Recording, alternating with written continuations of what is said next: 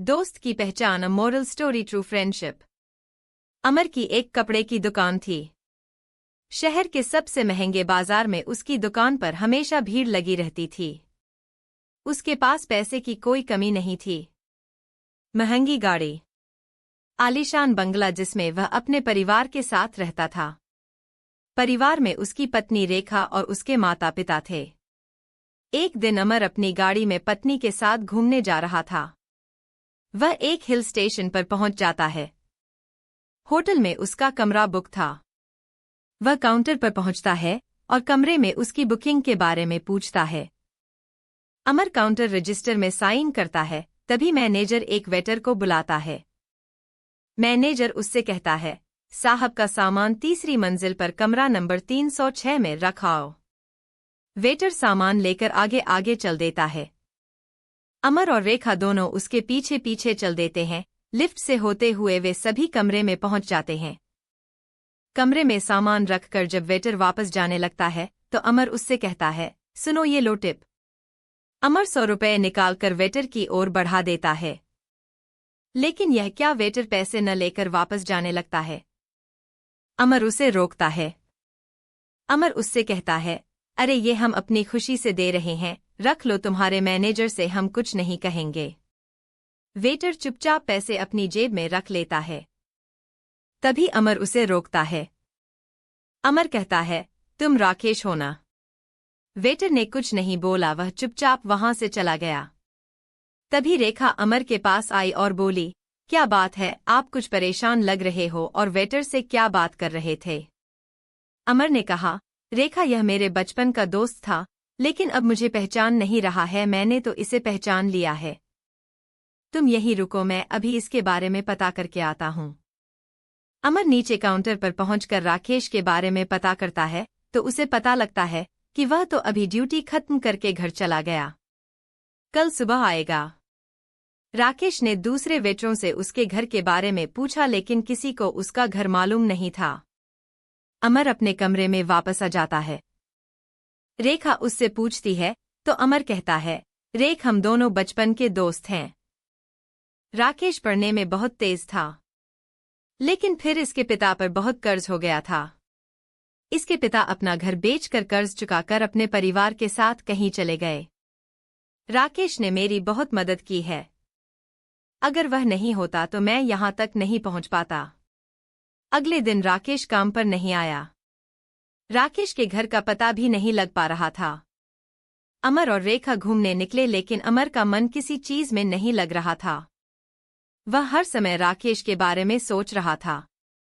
अगले दिन उनका होटल में आखिरी दिन था। होटल छोड़कर अमर ने सामने ही दूसरे होटल में कमरा ले लिया। रेखा के पूछने पर उसने बताया, रेखा राकेश अपनी गरीबी के कारण मुझसे नहीं मिलना चाह रहा है, इसलिए ही मैंने होटल बदल लिया है। उसे पता होगा कि हम होटल कब छोड़ने वाले हैं। सामने होटल में बालकनी से अमर पहले वाले होटल में नजर रख रहा था। चौथे दिन राकेश काम पर आया। अमर ने उसे देखा और वह तुरंत होटल में पहुंच गया। वहां जाकर उसने राकेश को रोका और पूछा, भाई मुझसे ऐसी क्या गलती हो गई जो तू मुझसे बचकर भाग रहा है? अचानक अमर को अपने सामने देखकर राकेश सकपका गया, फिर वह संभल कर बोला, ऐसी बात नहीं है। भाई तुम कहाँ और मैं कहाँ? अब तुम्हारा मेरा कहाँ मेल है? अमर ने कहा, मुझे कुछ नहीं पता, मुझे अपने घर लेकर चल। अमर के बहुत जिद करने पर राकेश ने अपने मैनेजर से बात की और अमर को लेकर अपने घर पहुंच गया। घर क्या, एक छोटी सी झोंपड़ी सी थी। उसमें उसकी मम्मी और उसकी पत्नी थी, जो कि फटे हुए कपड़े पहने थी। पास ही में एक बच्चा खेल रहा था।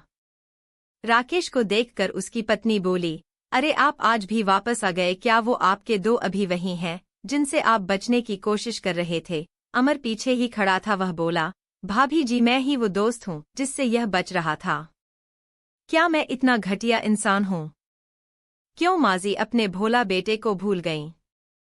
राकेश की बूढ़ी माँ ने चश्मा लगाकर ध्यान से देखा तो उनकी आंखों से आंसू निकल आए। अरे बेटा, मैं और राकेश तुझे हमेशा याद करते हैं। कभी कभी अखबार में तेरी दुकान का इश्तहार छपता है, उसमें तेरी फोटो देखकर ये तुझे बहुत याद करता है।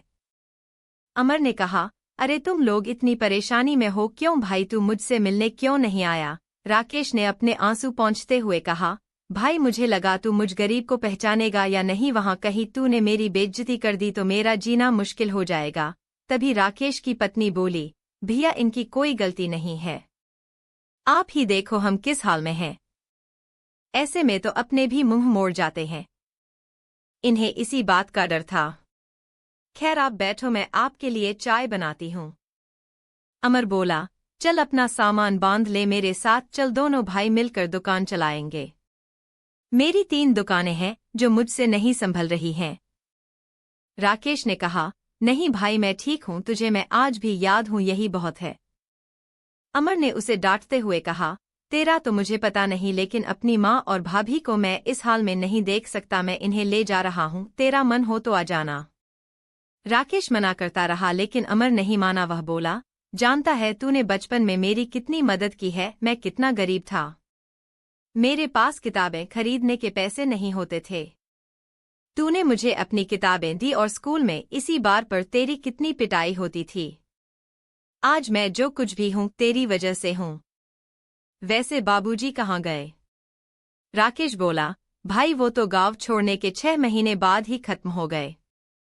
उन्हें लग रहा था उनकी वजह से उनका परिवार मुसीबत में है, तब से हम ऐसे ही गुजर बसर कर रहे हैं। अमर उन्हें सामान बांधने का बोलकर वापस होटल आया और रेखा को सारी बात बताई। रेखा बहुत खुश हुई, उसका पति अपने दोस्त की मदद कर रहा है। दोनों ने जाकर राकेश का सारा सामान ट्रक में चढ़वाया और उन्हें अपने घर ले आए।